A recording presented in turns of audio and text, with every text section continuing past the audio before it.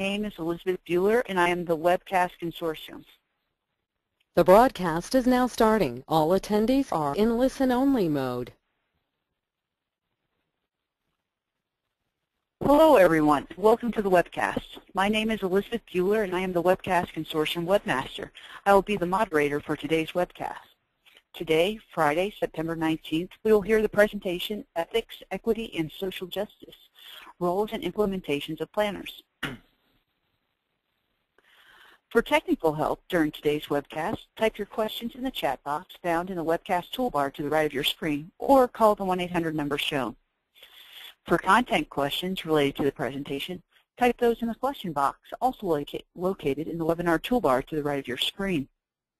We will answer those if time allows at the end of the presentation during the Q&A. On your screen is a list of the sponsoring chapters and divisions. I'd like to thank all of the participating sponsors for making these webcasts possible.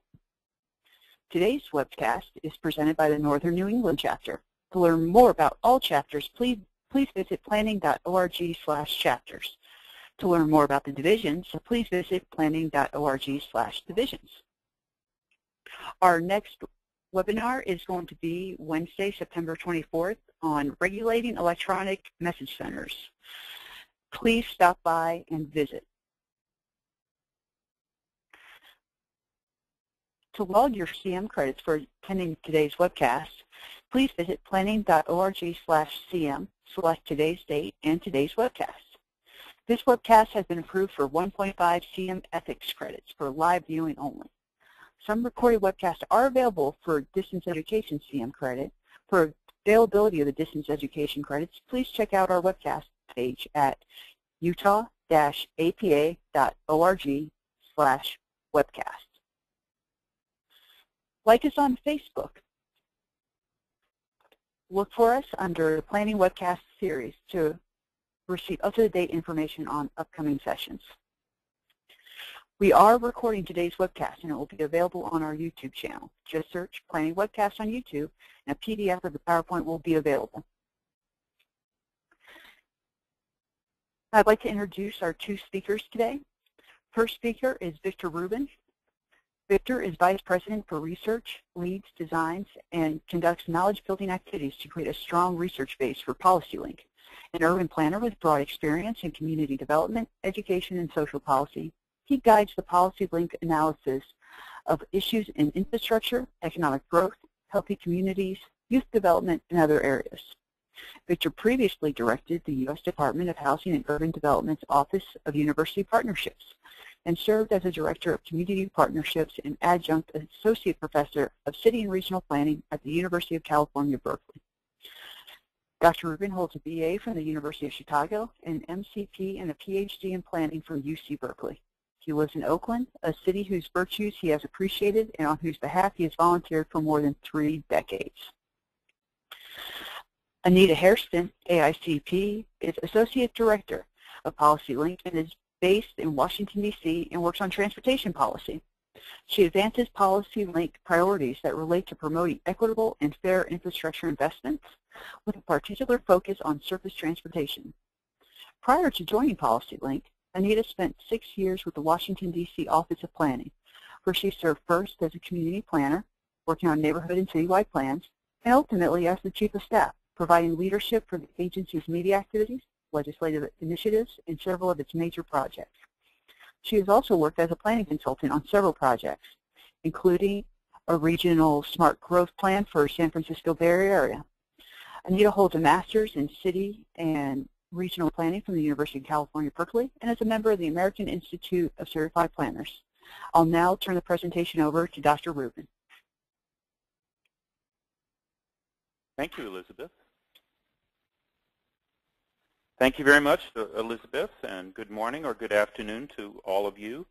Anita and I are delighted to be able to spend this time talking a little about our experiences regarding ethics, equity, and social justice, and to have a dialogue with you in our final half hour. So it's never too early to begin thinking of questions, which you can submit to Elizabeth online, and we will queue those up and have as robust a discussion as is possible in that half hour.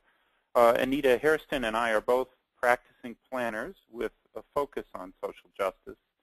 And we're just delighted in the interest that the members of the consortium as a whole, a number of APA national staff and state directors have taken in this issue and in making the connection between equity and social justice and the ethics thinking and training that planners need to have.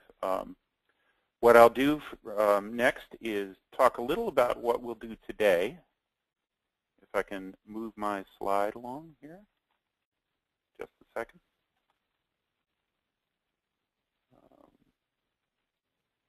One second. I'm not getting my slides to move as they did just a second ago, so just hang on a second and I'll keep explaining what we have in mind. This began actually about a year ago when the Northern New England chapter of APA invited me to talk about the work that PolicyLink was doing on demographic change and what we've come to call equity as the superior growth model at the regional conference in New Hampshire. And that too was an ethics training. That began to emerge as a continual topic of presentation over the last year. The APA staff asked us to do an ethics training at the national meeting in Atlanta, and what you see today has evolved from that presentation. A focus there was particularly on issues of public health and health equity and how they relate to planning. And we've developed and revised that a little bit from there. Let's see, I'm still not getting my slides to move though. I'm gonna. Elizabeth, can you make sure I'm the presenter? I believe I accepted it. Alternatively, Anita, if you can, we can change to you and you can move your screen. Let's try that, Victor. Let's try that.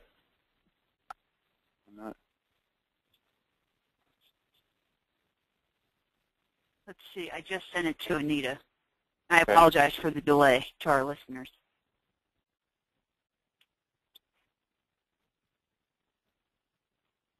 Okay, sorry about that.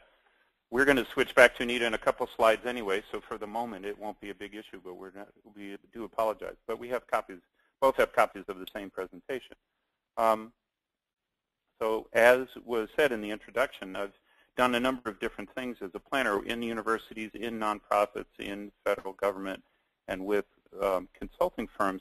I got motivated to go into planning because of the work of advocacy planners in the 1970s.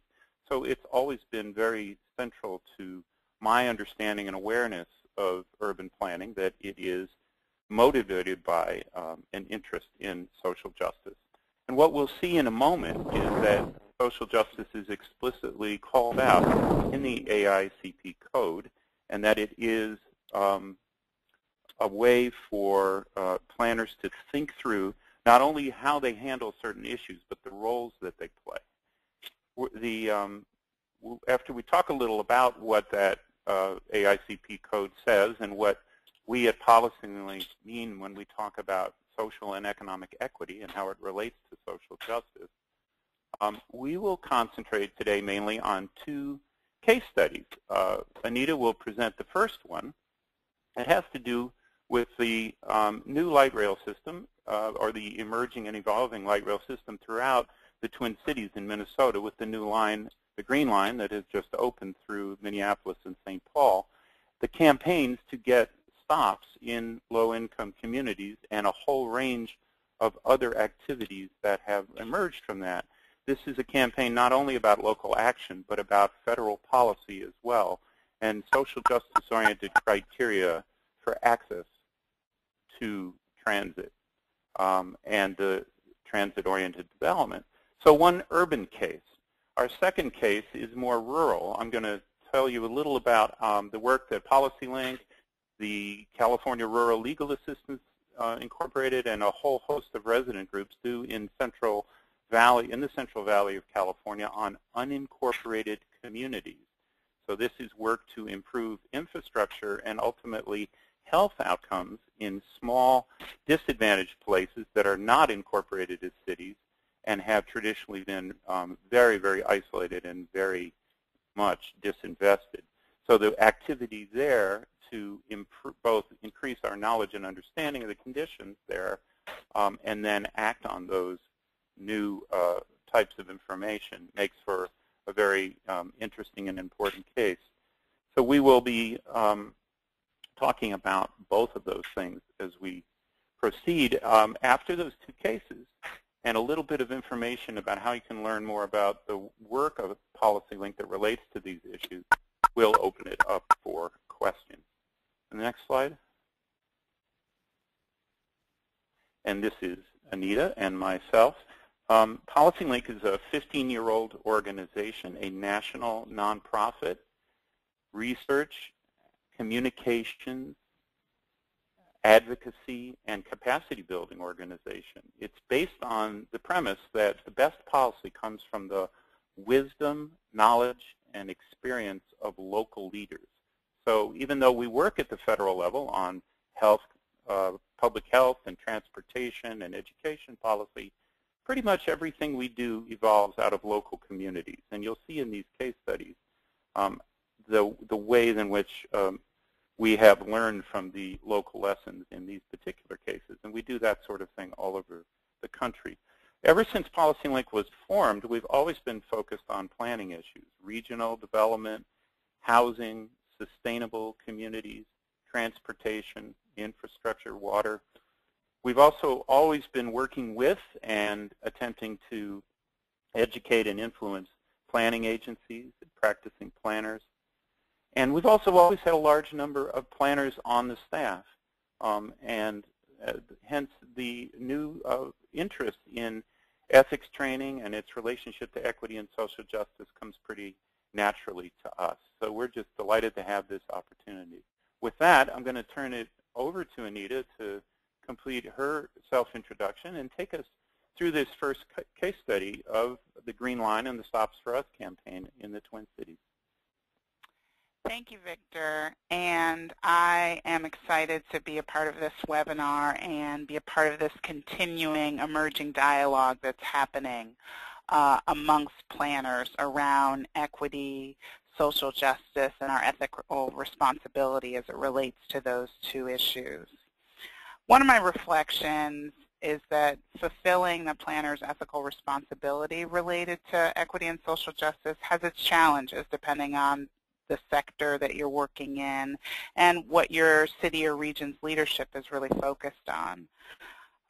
As Elizabeth said in the introduction, I began my career in the San Francisco Bay Area as a consultant. I was focused a lot on solving the jobs and housing spatial mismatch and solutions including increasing density and affordable housing near public transportation were kind of a key strategy.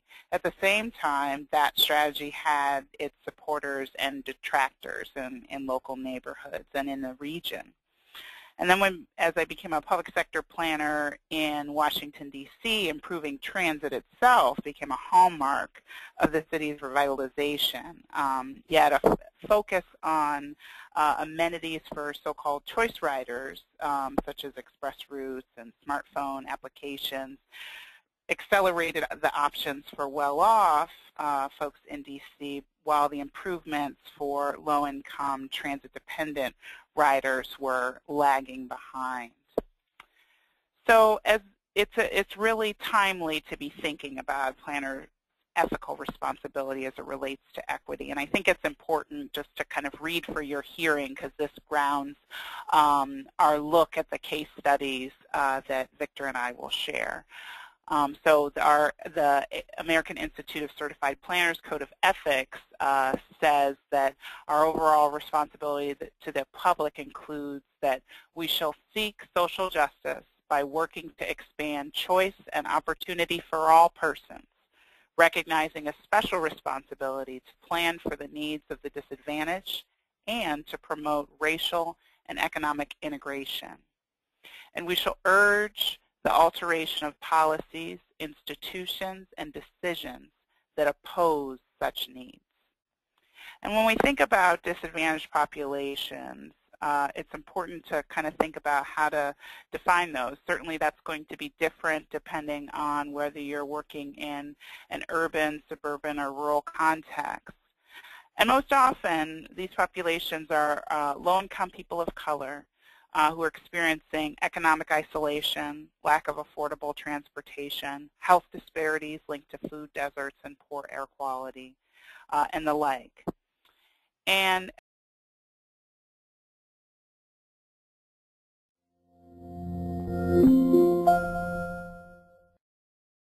on economic integration, sometimes they can be the biggest lift. It requires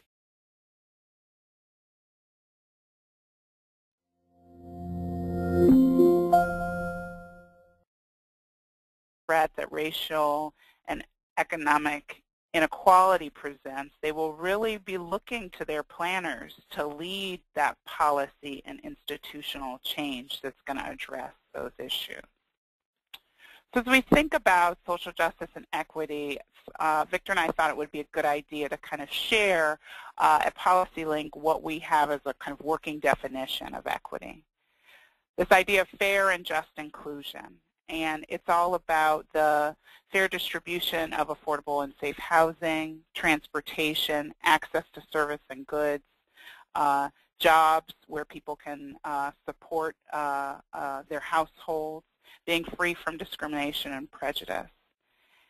And we believe that our nation can only achieve and sustain growth and prosperity by reducing inequalities. And by keeping equity at the forefront of our work in building communities, we can make sure that all people, regardless of race and income, can participate and prosper. At PolicyLink, we see advancing equity as both a moral and economic imperative. And as you may be aware, there's a growing consensus among economists that the income gap, the racial wealth gap, they threaten the long-term prosperity of regions, while economic inclusion supports regional growth and shared prosperity. In some of our work, we've done some polling looking at this concept of equity as a superior growth model. And in a national poll that we conducted last year, we found that 7 out of 10 Americans support steps to reduce racial and ethnic inequality in America, looking at investments through education, job training, and infrastructure. So planners can certainly understand that we've got the wind at our back as we focus in on our ethical responsibility related to equity and social justice.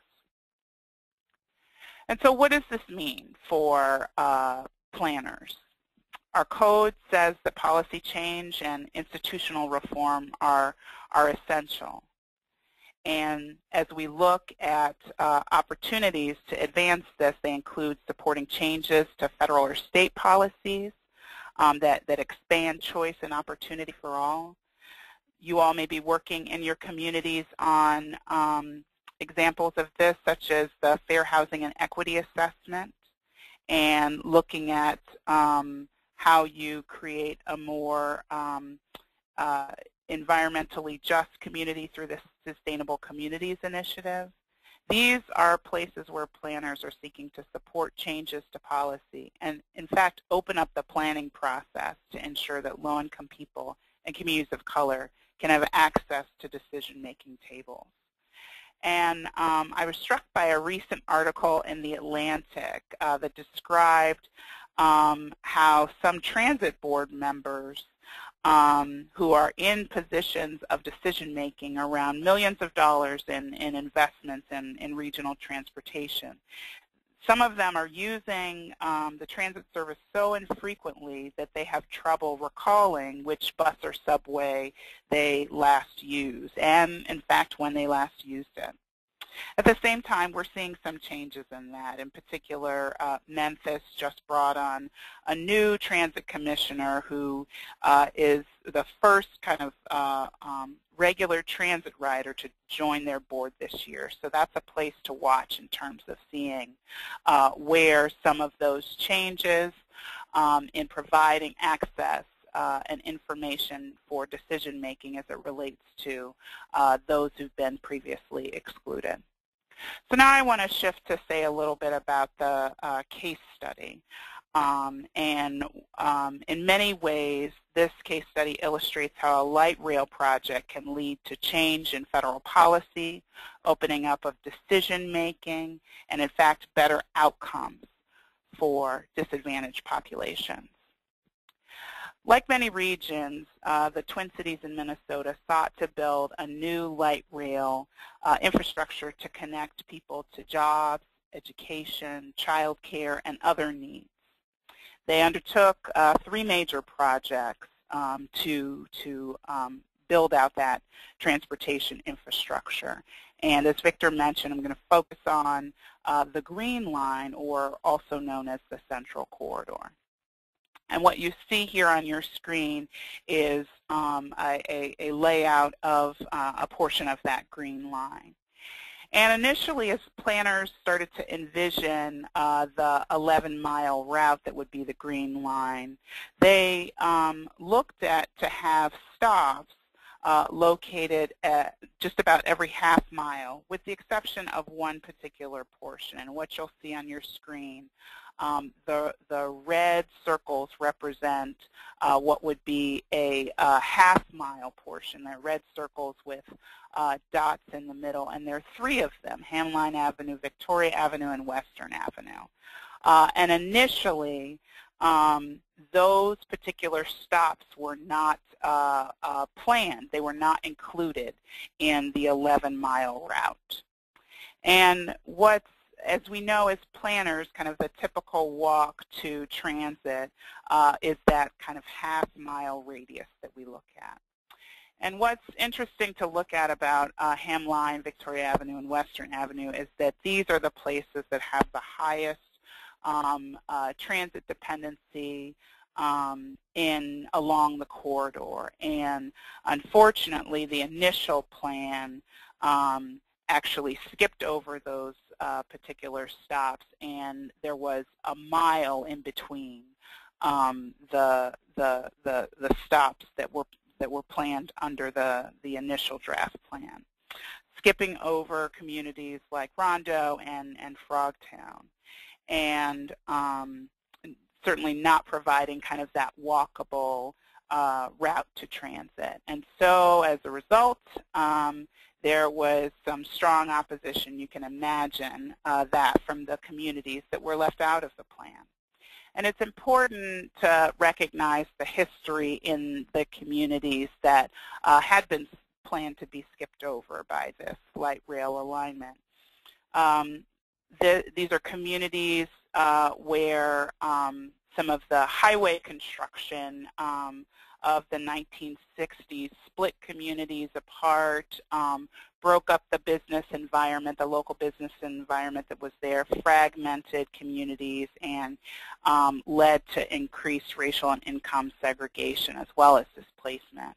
And so as you fast forward to the 90s and 2000s in a community where the African American presence was maintained in some respects in terms of culture and leadership, there's a growth of Somali and Hmong communities, immigrant communities as well.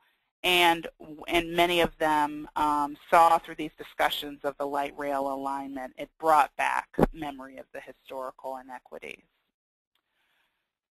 And so a grassroots campaign called the Stops for Us campaign came forward and called on planners to build it right.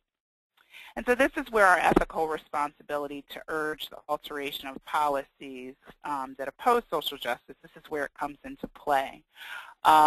At the time, planners looked at this alignment, and basically there was a formula in place at the federal level called the cost effectiveness indicator, which really started to lead the planners down a path that they would focus on having the light rail move people as quickly through the corridor as possible, and not focus on really creating additional mobility for transit-dependent populations.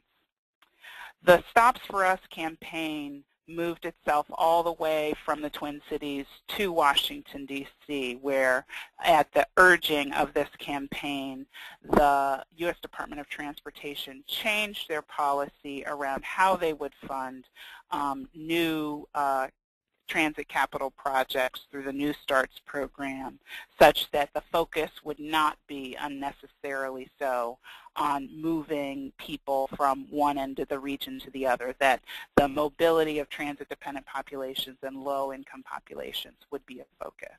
And just as an aside, there's research from Northeastern University that shows that the failure to plan transit lines with a focus on low-income and transit-dependent populations actually undermines the ability to reach ridership goals. All the more reason to urge the alteration of those kinds of policies. At the same time, around the same time, PolicyLink partnered with organizing networks in Minnesota to use a health impact assessment to evaluate the transit-oriented development policy in St. Paul, what would happen in the neighborhoods surrounding a new transit development. Health impact assessments are a great tool for planners to use to evaluate how projects and plans will promote racial and economic integration. In this case, the health impact assessment, called Healthy Corridor for All, provided spatial and qualitative analysis that helped to guide decision-making for how to prevent residential and business displacement for the low-income households and merchants of color located along the corridor. Plus, it yielded a shift in the rezoning debate to be inclusive of the voices of advocates from the community. As we fast forward to June 2014, the opening day of the Green Line, we see as the stops were put in place and restored in the low-income communities that I described earlier, the result is that communities are using the transit line. The average weekday ridership has actually exceeded the projections that they had, and this is well before all the University of Minnesota students returned to town. And so this photo here features some of the key leaders from the Stops for Us campaign that are boarding the light rail line. And here you see an image that shows the diversity of the ethnic businesses along the corridor. This was prepared for some of the celebrations that were had for the opening of the light rail line. So I want to share one more exciting update that's hot off the presses from the Twin Cities. This week, the Metropolitan Council, which governs transportation expenditures, adopted a policy where planners will prioritize transportation projects in part based on how they benefit low-income communities of color. And this will guide the expenditure of over $150 million over the next 2 years. Through this effort, planners hope to reduce racial disparities in income, health, and education. And a representative of the council said this week after the passage of this policy, to us, equity can't just be about how we do the least harm to communities. It has to be about how we lift communities up. So there's been an incredible confluence of events happening in the Twin Cities to advance economic and social equity, but it's been over several years. And just a plug, if any of you will be at Railvolution next week, the conference happening in the Twin Cities, you'll be able to see this firsthand. We thought it was helpful to kind of sum up some of the lessons learned and implications for our ethical responsibility. As I mentioned, the historical practices around inequitable investments, they can influence how communities view future plans. And community advocates can create this necessary urgency and can lift up some of the inequities that cause and catalyze some change in those policies. And local decision makers from the Twin Cities would agree that the community advocacy really spurred analysis and assessments that led to policy change. Assessing long-range plans from the lens of disadvantaged populations is really critical to advancing equity. The example of the cost-effectiveness indicator and looking and needing to look specifically at how transit-dependent populations located in Rondo and Frogtown would be impacted by the light rail line became a critical piece to altering the plans for that line. And then the other piece that should be inspiring to all of us is that local policy change can have ripple effects across the country. The Stops for Us campaign activities around the light rail project in the Twin Cities changed national policy and the course of federal investment nationally. And so I would just say, you know, addressing inequity can be a formidable task. And first, it involves recognizing what the challenge is. And I just want to, before I turn it over to Victor, share a quote from one of the leaders in Minnesota. Trista Harris from the Minnesota Council on Foundations put it this way: people in Minnesota have this perspective that we're progressive and we're number one. It's problematic because if you can't recognize that there's a problem, there's nothing you can do to fix it. And this is probably at the heart of our ethical responsibility and kind of the starting place for where we move towards advancing policy and institutional change that really advances social justice and equity. So at this time, I want to turn it over to my colleague, Victor, for his remarks about unincorporated communities in Central California. Victor? Thank you, Anita. It does appear that I can move slides on my screen, so we'll try again to make me the presenter, and I'll be able to advance the slides as I talk. If not, we'll go back to Plan B, and Anita can do that. Give us just a second while we get ready for that.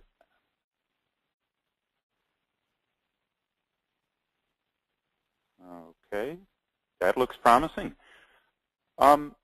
Let's change our scale a little bit. This next case study takes place in the San Joaquin Valley of California. The San Joaquin Valley is generally configured with 8 counties, although sometimes 1 or 2 others are included. It is, as you no doubt know, the largest agricultural center in the United States. It has a long history of tremendous economic inequality that goes along with that flourishing of agribusiness. It also has a number of cities that are actually growing very, very quickly, even as the large numbers of that population are trapped in some very, very low-wage jobs. But one of the things that characterizes this region are several different types of small communities, some with as few as 100 people or 200, others with a couple of thousands of people. But they're not municipalities, so they don't have, among other things, their own police or fire departments or planning departments. Their services are often provided through a patchwork of special districts or by the counties and overseen by the County Board of Supervisors. And for a long time, these low-income, unincorporated communities, whose population is predominantly Latino and African American, are on the fringes of cities like Bakersfield and Fresno and Modesto, or they are further out, 30, 40, 50 miles out from those cities. But in both types of cases, they had very poor or non-existent infrastructure, streets, sidewalks. We'll go through a list and show you some examples in a minute. Inadequate services in a number of respects to go along with an extremely dilapidated and inadequate housing stock, and lack of access to transportation and employment. And these are not migrant labor camps. These are places where people are living year-round, and they have mostly been established since at least the 1930s. And they're questioned of how they become full-service communities and how they have a permanent stake in the future of the region is ultimately what this case is touching on. The fact that these places are unincorporated and home to very low-income folks compounds their isolation. And they were, for decades, virtually invisible in many of the realms of planning and policymaking, where they might have received more resources to make progress on addressing these infrastructure deficiencies or getting the housing taken care of. This is not only that you don't formally have a city council or a planning department, it also means you're much less likely to have anyone write grant proposals on behalf of your community to the state government or to the federal government, or to actively pursue the interests of the community. And so the unincorporated status, while it sounds like a relatively dry category, actually is freighted with a great deal of both political, social, and cultural salience. Now, people have been working on these issues for a long time, and they've mostly been public interest lawyers, such as those in the California Rural Legal Assistance Incorporated and in their policy arm, the CRLA Foundation. And their strategies had been both at the level of lawsuits and administrative actions regarding particular deficiencies in service or particularly violations of civil rights or human rights, and also occasionally in the realm of policy. But about 6 years ago, the leaders of CRLA and the residents with whom they worked in these communities decided that their struggle would be assisted and aided if they could broaden the toolbox, deepen the toolbox, broaden the range of strategies beyond legal strategies to include basically a lot of planning strategies. And so something called the Community Equity Initiative was created, and PolicyLink has been working with CRLA Inc. and the resident groups in a number of communities for about 6 years on a variety of aspects of this work. And we're going to talk a little about what the problems were that were being addressed, and then some of the planning and legislative responses, because they are prime examples of this kind of on-the-ground application of the principles of that social justice code. So what you see on your screen, the picture is of a fairly typical alley or street in one of these unincorporated communities not long after a rainstorm, terrible drainage. But the list of problems are things that I would venture to say in many of your communities where you work, the population would simply not stand for the level of disinvestment and neglect that's characteristic of these communities. Inadequate sidewalks, storm drains, gutters and street lights, insufficient substandard housing, roads that are in very, very poor condition. And while we didn't put it on this list, it also is related that there is tremendous public safety problems, particularly for pedestrians and bicyclists, when the roads are not only substandard but not well regulated or well patrolled, and without the infrastructure that makes biking and walking possible and safe. Nonetheless, a lot of the children have to go to school walking along those roads, and the roads are used for other things. So street safety is a huge issue. Drinking water is the biggest issue of all, not just in this initiative, but throughout these communities. And it's a complex problem, but one that requires massive public investment, but also a total rethinking of the politics of local water systems. You also find in these communities inadequate wastewater systems and drainage, garbage collection not adequate at all. There's also a sizable problem with feral dogs in a lot of these places.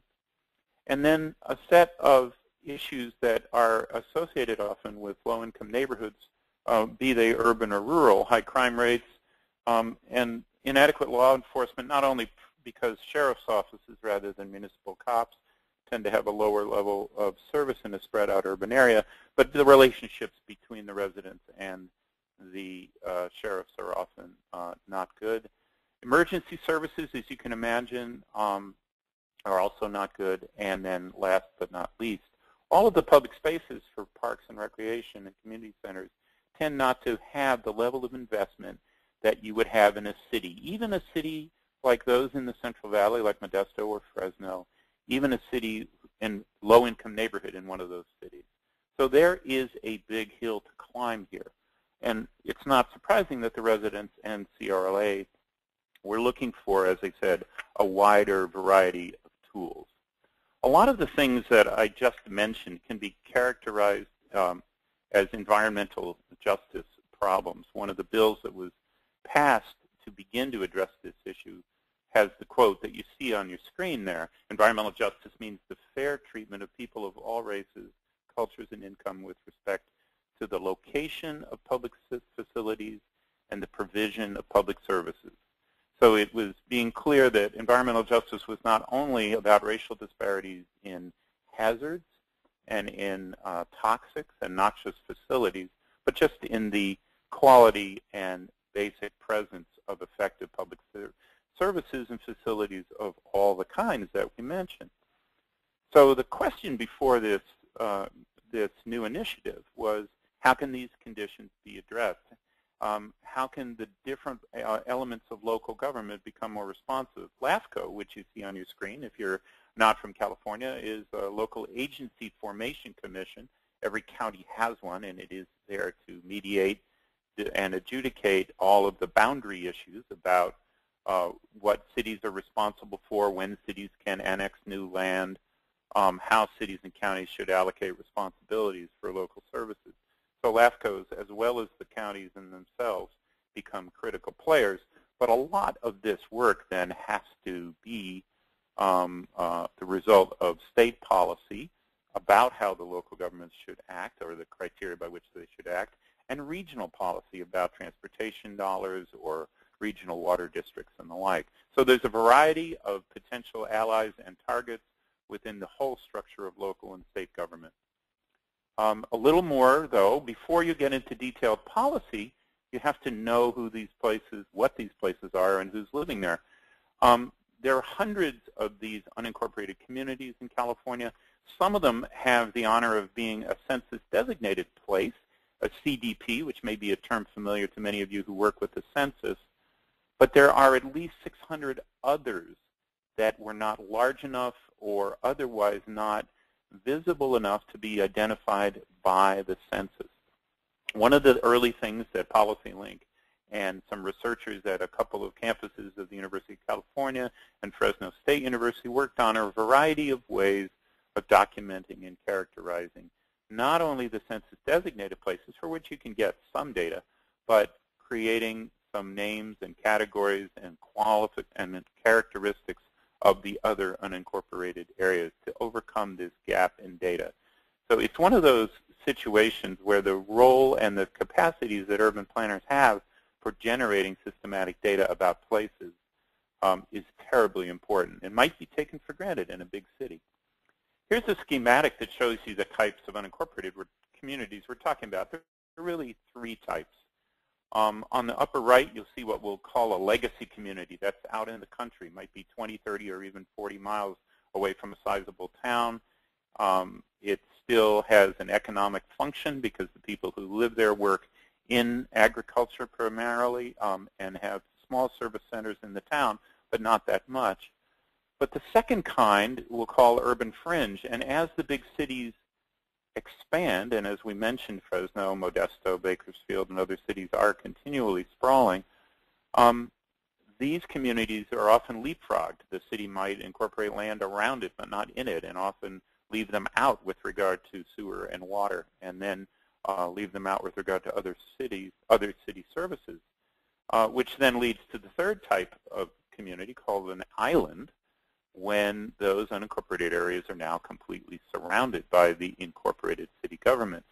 Before we got involved, there were a number of lawsuits about how the people who lived in these islands ought to be entitled to the same services as their city cousins who were right across the borders. This is not a problem limited to the Central Valley, Los Angeles County, and many of the big counties in California, and counties in other states also find similar issues. If any of you are from North Carolina, you may know the history of Moore County and some of the similar issues there, where small, traditional, largely African-American unincorporated communities were sometimes passed over for sewer and water service and leapfrogged as development around some of the larger cities, whether it was for new suburbs or for golf courses or other expanded. There's also a version of this issue that appears in various ways along the border. In fact, when our project began, we were talking about these communities as colonias, not unlike Texas, New Mexico, Arizona, and Southern California, where areas are not incorporated in cities. There's all kinds of informal arrangements for building and contracting and land titling. And you'll see similar situations around many of the border cities as well. So at times, PolicyLink and the other groups have built networks of people in North Carolina and Texas and Arizona and in California with some similar concerns about the basic rights to services and facilities of low-income people, almost always people of color, living in these types of communities.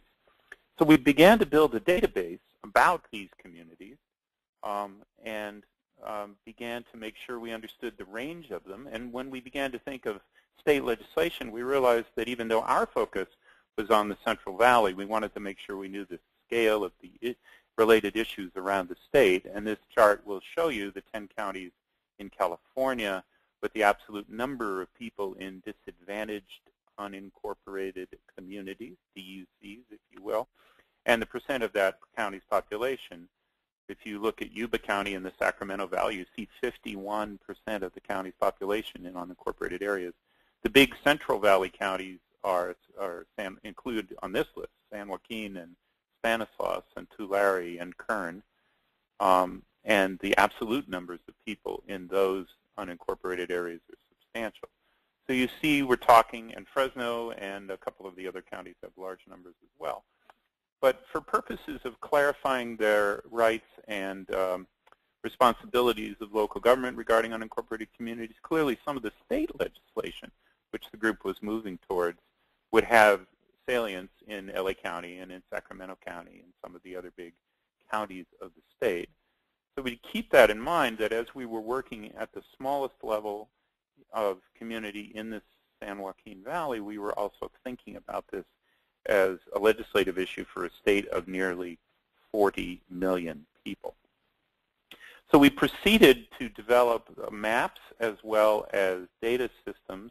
We asked the planners in each of the 8 Central Valley counties for parcel maps. We got various degrees of collaboration and cooperation in providing what is basically public data, and there are long stories about that. But basically, eventually, we were able to create a parcel-based system of documenting, linking the parcel-based data to the census to begin to characterize more of these communities than the census had done, and then start to add them up and see what their populations looked like.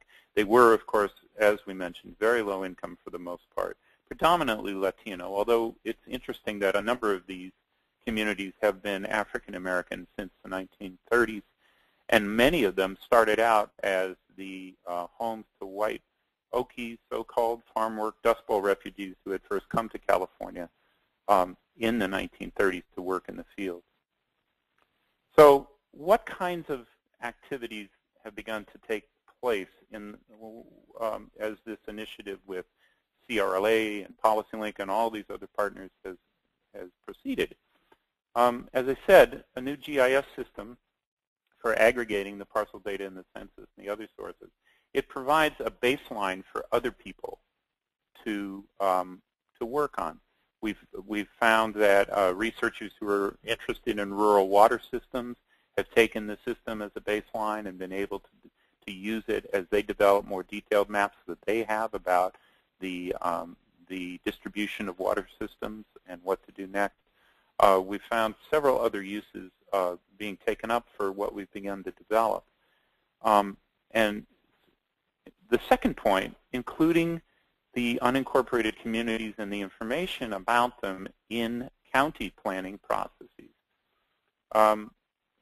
After several years and several iterations, in fact, some of the key legislators were termed out before the bill got passed, but eventually a bill known commonly as SB 244 passed the California legislature, was signed by the governor, requiring more attention to these unincorporated communities with regard to their service needs and so-called service assessments, a more balanced consideration in annexation procedures and in reviews of incorporation, and perhaps most importantly, at least for the long run, more attention in county general plans as well as city general plans when these communities are right on their fringe. The bill has started a slow revolution in how the LAFCOs, those local area formation commissions, consider these issues. And we're beginning to see general plans and housing elements of general plans take far more account of the needs of these unincorporated communities. We took our GIS system and some of our other insights and began to produce technical manuals for planning consultants and local planning departments to use these approaches to learn what they could about the communities. And so we've been gradually appreciative of the way the field has taken up the issue. But none of this would have happened without the advocates leading the way and the lawyers who were doing and filing civil rights lawsuits before we began, if they had not done their work. And then there's a third area of impact that this kind of planning and advocacy has begun to have. And it's a little bit analogous to some of what Anita was talking about criteria at higher levels of policies for local governments to act on. The state of California has funds for various walkability and non-vehicular transportation and safe routes to school. And it has a program of grants for strategic growth councils to do sustainable communities plans, and it has another type of grant making for urban greening. All of these programs now have criteria that direct some of their funds to low-income communities and make particular reference to these unincorporated areas. This was not the case in the past. So we realized that many times the only way a local planner can get this kind of work done is if there is a grant from the state government or from the federal money passed through to the state. And it's very important that those funds be distributed in an equitable way. So my colleagues, and I personally, although I've worked on this project from the beginning, I take no credit for the state advocacy part of it. My colleagues have worked with the other organizations to make it more standard practice for California state agencies to take particular account of low-income rural areas and disadvantaged communities. So a couple of lessons from this kind of work. First, we have a responsibility as planners to draw the attention of policymakers to underrepresented places and constituencies. I personally had lived in California for more than 30 years before this project began, and I had almost no firsthand knowledge and very little even awareness of the particular issues that the disadvantaged unincorporated communities of the Central Valley represent. And I know I wasn't alone that way. So just the putting it more central in the conduct of our work and in our education as planners is important. And it's part of that ethical responsibility. The second piece here, and this pertains to the Minnesota case as well, health equity is a very useful framework for understanding social justice issues and the relationship between the built environment and health. That is, infrastructure, housing, and transportation deficiencies have a direct bearing on a whole range of health factors, whether it's chronic disease as a result of poor diet or lack of exercise, or whether it's health issues related to poor water or poor air quality. And the San Joaquin Valley of California is one of the is an area with some of the most severe health disparities and health inequities anywhere in the country as a result, in many cases, of its development patterns and its built environment. It has some of the worst air pollution, and as we said, a very large percentage of the rural population without safe drinking water, but also, as I said, very high levels of pedestrian safety issues, lack of opportunities for healthy food and exercise. And it becomes an important aspect of social justice to frame and analyze the planning issues with respect to health equity. That's one of the reasons in the Twin Cities, a health impact assessment was the tool that the community organizers asked PolicyLink to help them with when they were looking at the broader impacts of the new light rail system. And this is, of course, growing all the time. APA has been excellent at putting health issues and health equity issues central to its work, and the profession has a whole center devoted to it. And in the recent Atlanta conference, we had a lot of attention to those issues. And then thirdly, the data and the mapping, but also the photos, the movies, the imagery, the personal accounts are all valuable and important, and they all complement each other as a way of raising issues, documenting circumstances, measuring progress, and pushing for accountability. When we did this presentation live in Atlanta, we had a short film we weren't able to put into the webinar in Spanish with English subtitles. The narration is by one of the resident activists and leaders in these unincorporated communities and showing the conditions in which they are working. We've had photographers, we've had lots of social media related to the project come up and continue to grow. We've had students from UC, University of California, Merced, and Fresno State doing various kinds of documentation, and all kinds of ways in which both the statistical data, the GIS data, and the more humanistic accounts all merge together to create a picture that is harder to ignore as we go along. So those two case studies give you a sense of how these practicing planners that we encounter and the activists and advocates who work with them and the state policymakers conduct their business. There are cases like this all over the country. If you look at some of the PolicyLink materials that we'll mention in a moment, you can read about these kinds of cases all along. I know from my involvement in the California Planning Roundtable that there are things of this sort going on all over California, many of them the result of the intersection of health and city planning to advance social justice and equity. Our job at PolicyLink, as I said, is to share those experiences in a whole variety of ways and to develop the state and federal policy out of that experience. And these things don't happen in isolation. There's something broader going on. There's a movement, if you will, that loosely and non-ideologically, I would say, links all of these different dimensions of equity and inclusion. And that's what gives us a great deal of encouragement, not only about the planning profession, but more generally about the environment in which we work. So towards that end, and to finish up our presentation, we want to tell you about a few of the ways you can learn more about this work. On the screen are 5 different types of information that PolicyLink has created mostly with other partners. All in Nation is a book that came out a little more than a year ago with the Center for American Progress.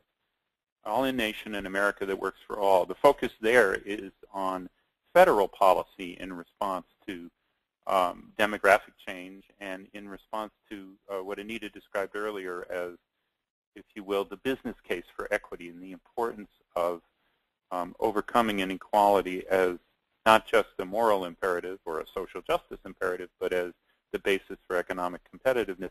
And the book has essays by a lot of prominent policymakers and leaders, as well as data about all the different planning issues that we've been talking about here.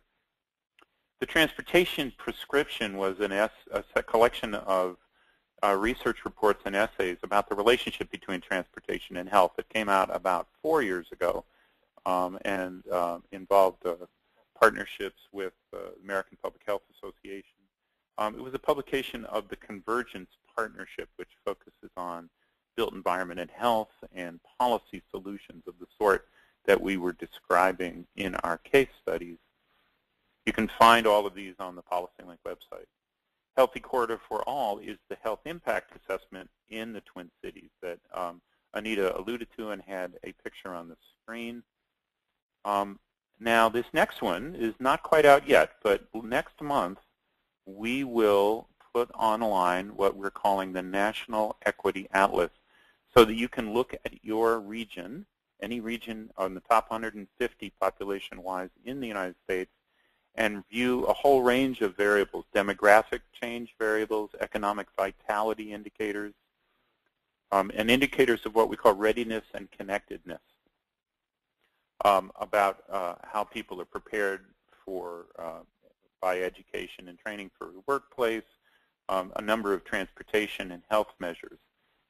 We started out by doing profiles of individual regions, and now we're ready to take this database, which we've developed with the Program on Environmental and Regional Equity at the University of Southern California, and put it online as a database that people can pull from to construct their own regional profiles or do their analysis. So keep looking for that in early October. And then finally, we publish an online newsletter, America's Tomorrow.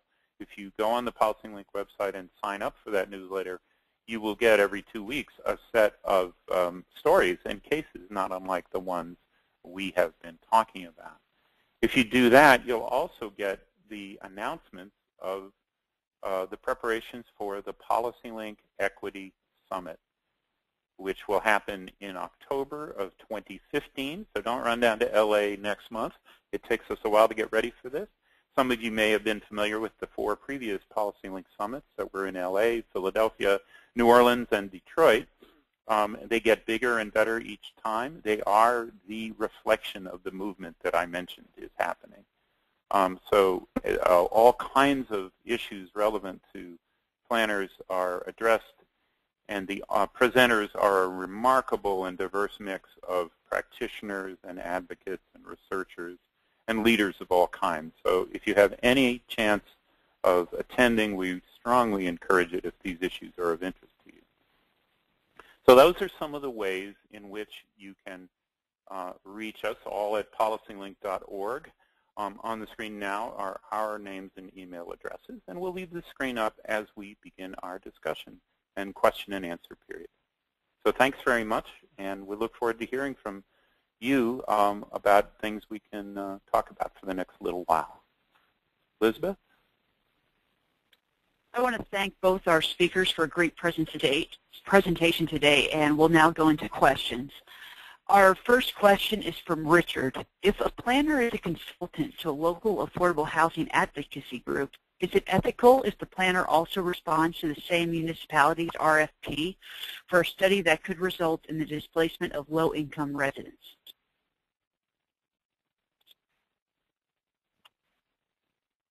Anita, I know you're being polite, but you can go first if you want. Sure. Thanks, Victor, and feel free to add. I think there's a couple things within that question. One, the idea of being able to kind of divide your time between the advocacy organization and the local government. And there are some other pieces within the AICP Code that speak to that, and I would commend those to your reading.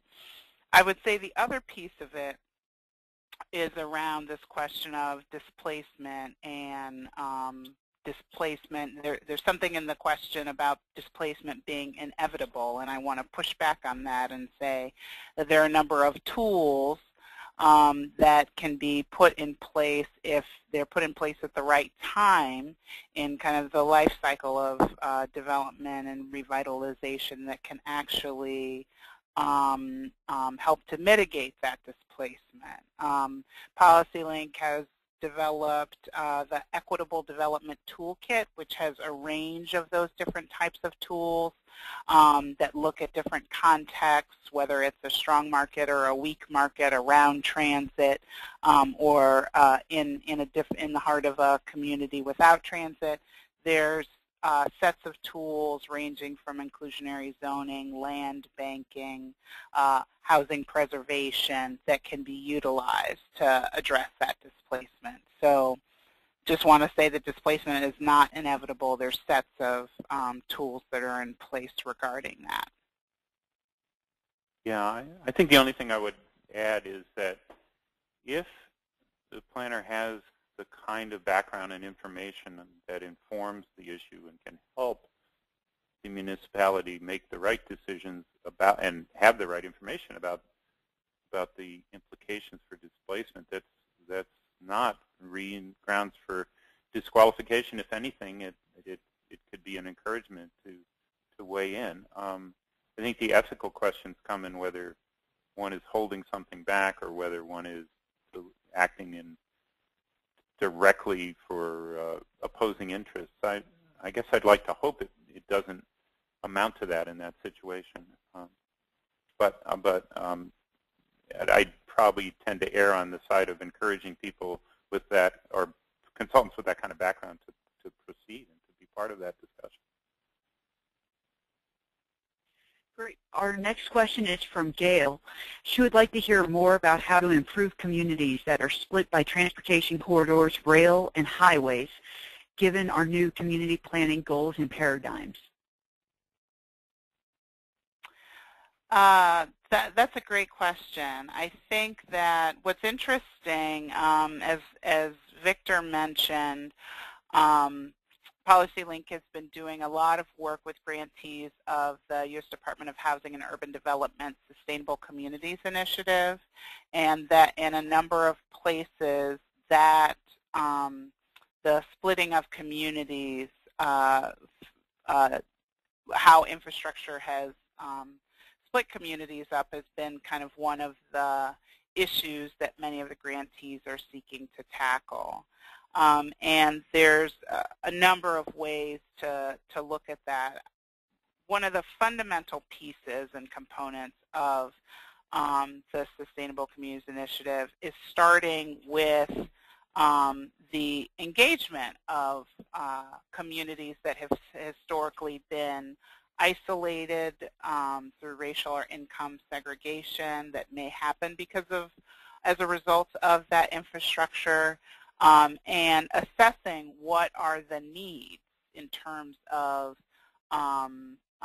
travel and mobility, what are the barriers that exist, really doing an assessment around that is critical, and that is one of the components that is of the Fair Housing and Equity Assessment that is part and parcel to the work of the Sustainable Communities Initiative. So looking at some of those assessments and tools, and this is also something that the Health Impact Assessment can help to illuminate as well. You know, in St. Paul, Minnesota, the neighborhood just south of where the Central Corridor Light Rail runs, the Rondo neighborhood, had been split in the way that the questioner asked, had been seriously divided by an interstate highway several decades ago, and the continuity and cultural cohesion and just the homes and livelihoods of this predominantly African-American community had been severely disrupted. And the scars of that carry on to this day. And one of the features of the debates and discussions about the light rail corridor a few blocks north of that highway had to do with the residents of Rondo, the remaining residents of Rondo, needing to see planners and decision makers act in a totally different way than they had 30 years earlier when the freeway had been ran through.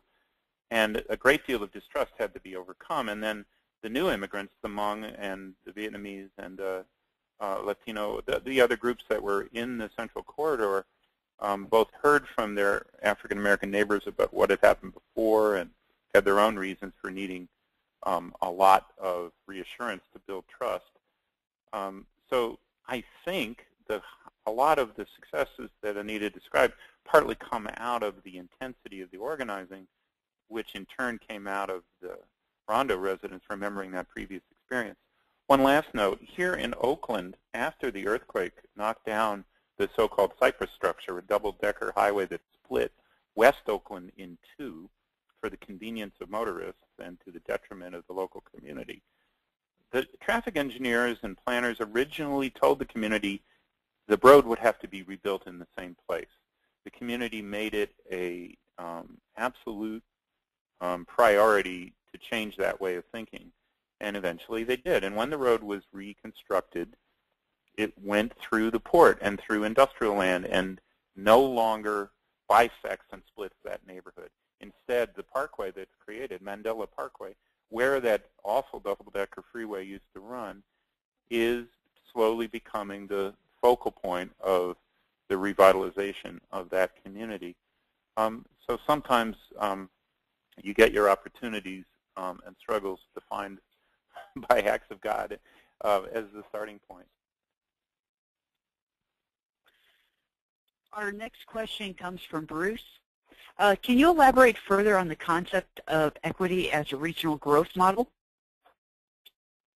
We refer to equity as the superior growth model, and we refer to what we call regional equity profiles as the umbrella term for a variety of ways in which we want to broaden the awareness and recognition that, in its simplest form, all the economic competitiveness of a region depends on investment in children and young people so that they are adequately prepared for the workforce of the future, and that those young people are predominantly people of color. The demographic changes in most regions of the country, and indeed in the country as a whole, mean that the labor force of the future will largely come from these communities for which educational opportunities have been, on average,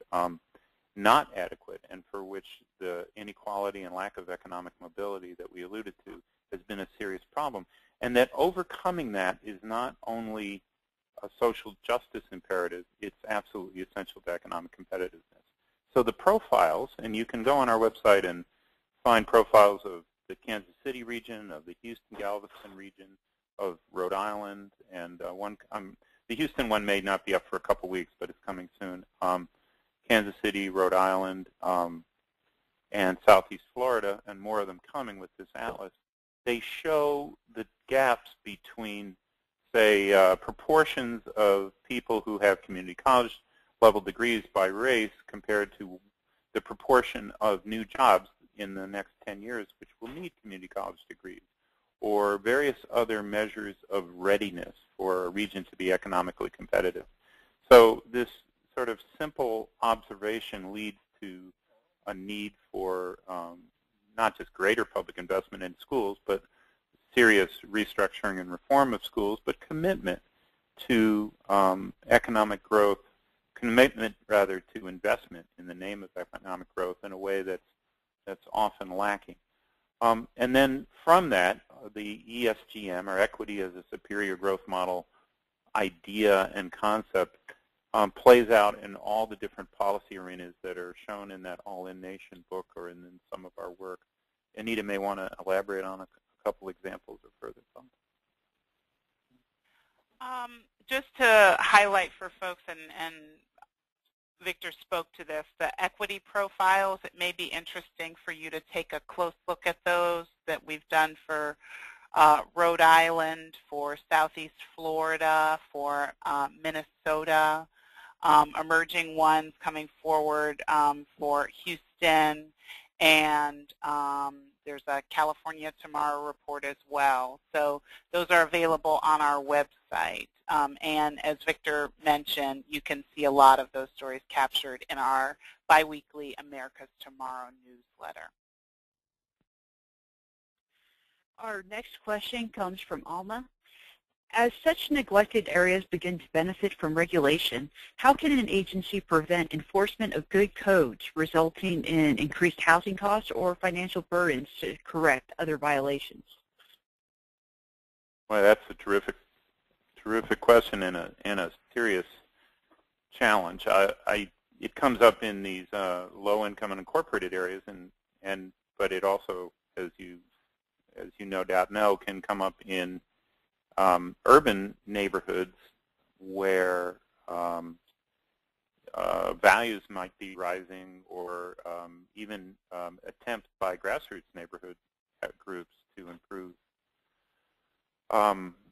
housing are also accompanied by code enforcement and blight removal. I think the first principle here is just that if enforcement is going to become more sustained, that and that it be accompanied by the resources, bringing the resources within reach for property owners to repair their dwellings and their facilities, that it be tied to and consistent with the efforts of community groups in those neighborhoods to rebuild the neighborhoods in the name of the residents.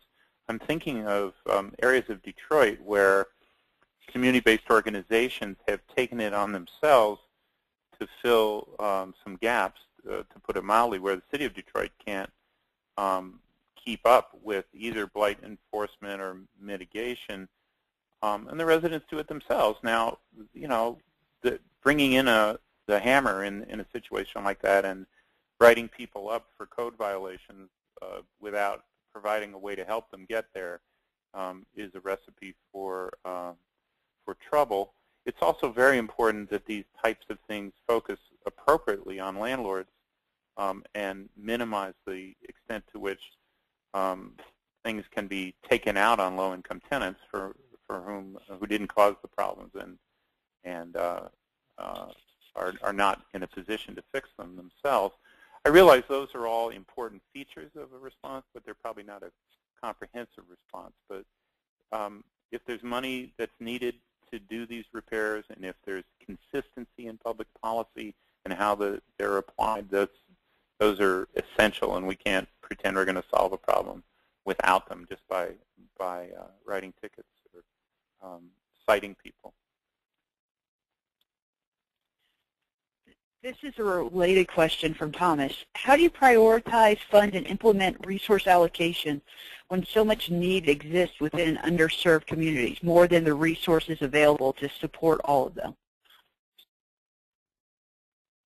In the case of the San Joaquin Valley, we realized that the amount of money that the state was getting from the feds for a given program, or that even that the state had allocated for itself, might be fixed in a given year, but that this was a question of making up for past disparities to some degree.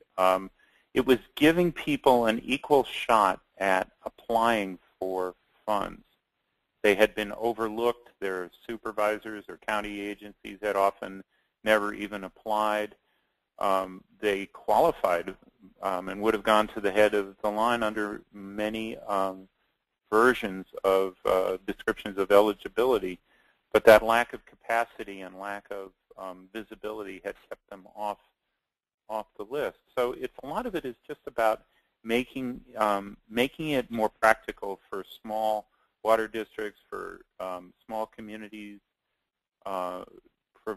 applying for safe routes to school grants and others to make their case.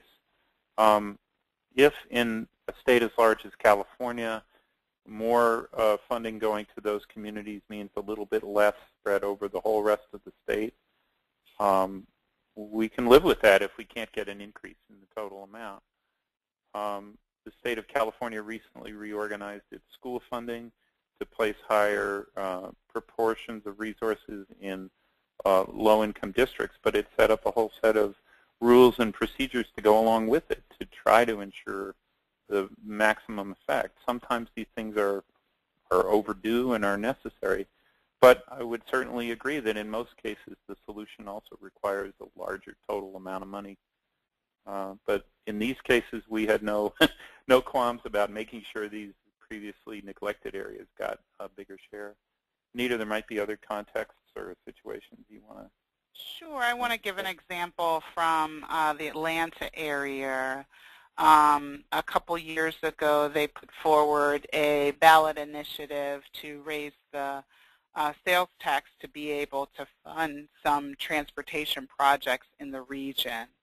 And in order to pass some of these initiatives, which are kind of prevalent around the country, these kinds of regional raising of funds, one of the big lessons is that it's important to be able to have a project list that's clear, that provides benefits for everyone. And initiative that was put forward in Atlanta failed in large part because a number of some of the low-income communities and communities of color did not see projects that were going to benefit them. And so when it comes to setting priorities around resource allocation, it's important to think about what's necessary for all communities, and that you can't concentrate all of the resources on one portion of the region while leaving others behind, because you won't get the public support that you need for that.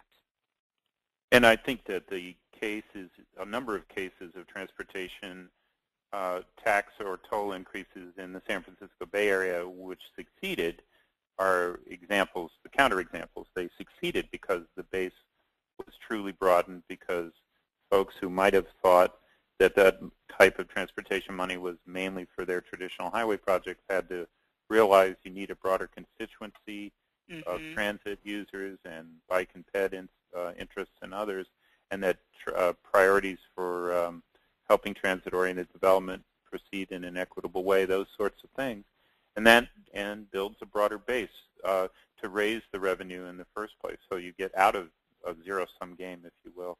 And especially in states that require public votes for tax increases, that becomes an increasingly important part of the equation. Our next question comes from Benito. What about DUCs that may be located in one state but border a city in a second state? Wow. You may know more about this. I suspect you do, probably, the questioner, than I do. I don't know if anything has come up in my experience about that, but I believe on the California-Arizona border there would be situations like that, and maybe in West Texas and New Mexico, or maybe a couple other places. So obviously different state laws about everything from infrastructure provision to the regulation of local areas and boundaries and spheres of influence. So, but I haven't had any direct experience with it there. I will say that within 150 miles of the U.S.-Mexico border, their federal government officially designates colonias and provides a whole range of services and infrastructure money has over time for those communities, and I wonder whether there are some situations if it's in that colonia zone they might supersede state laws if those were getting in the way, but I don't have a direct experience with it. Our final question today comes from Brian. What options are available to unincorporated areas that have failing wells and no access to municipal water systems? You know, one of the main advocacy things that our team has done has been to simplify and make more accessible applications to federal grants and loans for water system development. But one of the ways in which that happens not only at the state level is to get a lot of the very small systems to consolidate with each other, to apply jointly, to share resources enough to be able to pay for more planning and expertise. A lot of these water systems in these regions are so tiny that it's their very small size that prevents them from even participating in the competition for the grants. Now, there's still no getting around, though, that in some cases, the extension of the water systems from the city to these towns is going to be a fairly expensive proposition. So the state money to help amortize the cost of that is critically important. I'm not as much of an expert on this as some of our colleagues. I'd recommend a group in Tulare County, California, known as the Community Water Center, and also a research institute at Fresno State University, the exact name of which escapes me, but which is devoted specifically to this question of how to extend water systems in low-income communities. And if you write to me afterwards, I can put you in touch with a few more people who are more specialized about this. But we were just, in effect, trying to get them in the game, almost regardless of details. You also find groups like Self-Help Housing in the San Joaquin Valley. They're mainly doing housing, but of course, in many cases, they can't do that without also improving the water systems, and they have some interesting material as well. But I can send that to you offline in a more coherent way with a little time to research it. Well, I want to thank both our panelists for participating today, and I want to thank the attendees for tuning in. Again, you can find future webcasts at utah-apa.org/webcasts. Have a good day. Thank you.